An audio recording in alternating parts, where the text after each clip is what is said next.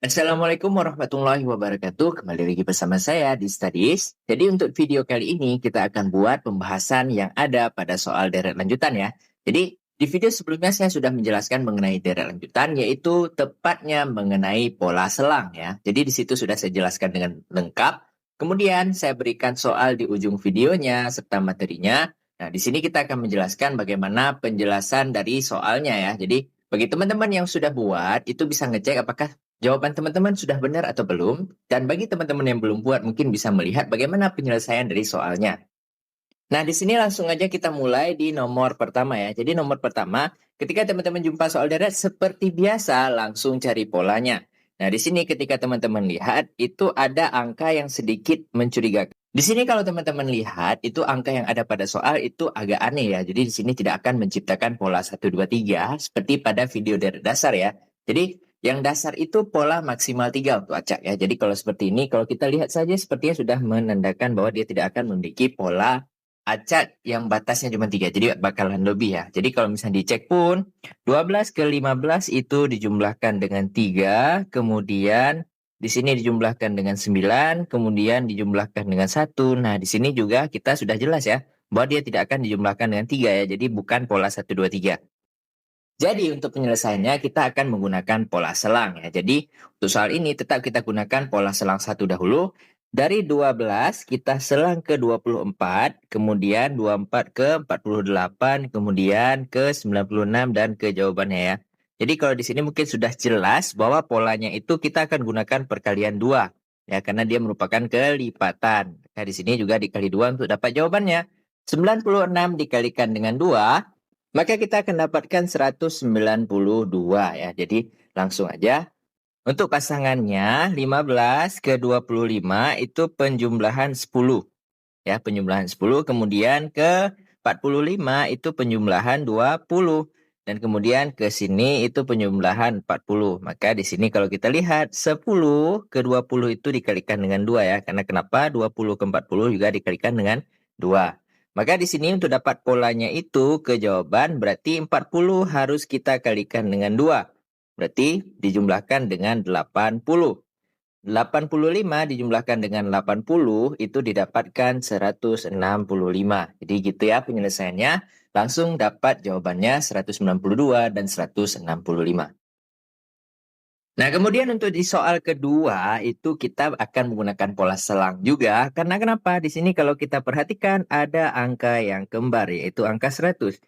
Sudah saya jelaskan di video pembahasannya bahwa pola yang ada pola perkalian 1 atau menjumlah 0 biasanya akan merusak yang namanya deret ya. Jadi kita akan menggunakan pola selang di soal ini. Nah, di sini kita langsung aja kita selang 1 dahulu. Jadi 113 ke 100, kemudian ke 88, dan kemudian ke 77, kemudian ke pertanyaannya. Di sini berkurang 13, kemudian dia berkurang 12, kemudian berkurang 11, maka di sini akan berkurang 10 ya. Jadi jawaban yang pertama itu adalah 67. Kemudian untuk pasangannya 100 ke 103 itu jumlahkan dengan 3. Kemudian di sini dikurangkan dengan 6. Dan kemudian dijumlahkan dengan 9. Dan kemudian dia harus dikurangkan dengan 12. Karena kenapa? 3 ke 6 itu bedanya adalah 3. Kemudian 6 ke 9 itu bedanya juga 3.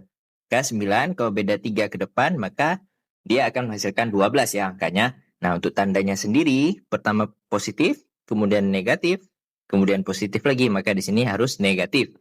Nah, untuk jawabannya, berarti 106 itu kita kurangkan dengan 12. Maka akan kita dapatkan 94 sebagai jawabannya. Jadi gitu ya pembahasannya untuk di soal yang kedua. Jadi bukan soal-soal yang terlalu sulit sebenarnya kalau teman-teman lihat. Kemudian kita lanjut lagi ke soal yang terakhir. Nah, di sini kita bisa lihat kalau soalnya itu panjang ya teman-teman. Jadi ketika teman-teman sekalian udah menjumpai soal deret yang panjang, maka langsung aja menggunakan pola selang 2. Karena kenapa? Pola selang 2 itu hanya digunakan ketika soal deretnya panjang. Jarang sekali ketika menggunakan pola selang 2, soalnya itu pendek. Ya, atau jarang sekali kita menggunakan selang 1 atau tidak selang, namun soalnya panjang. Ya, jadi kalau sudah soalnya panjang, langsung pola selang 2. Itu aja ya. Oke, Di sini kalau kita lihat 19 kita pasangkan dulu ke 24, kemudian 24 ke 29, kemudian lagi 34, maka jawabannya berapa ya?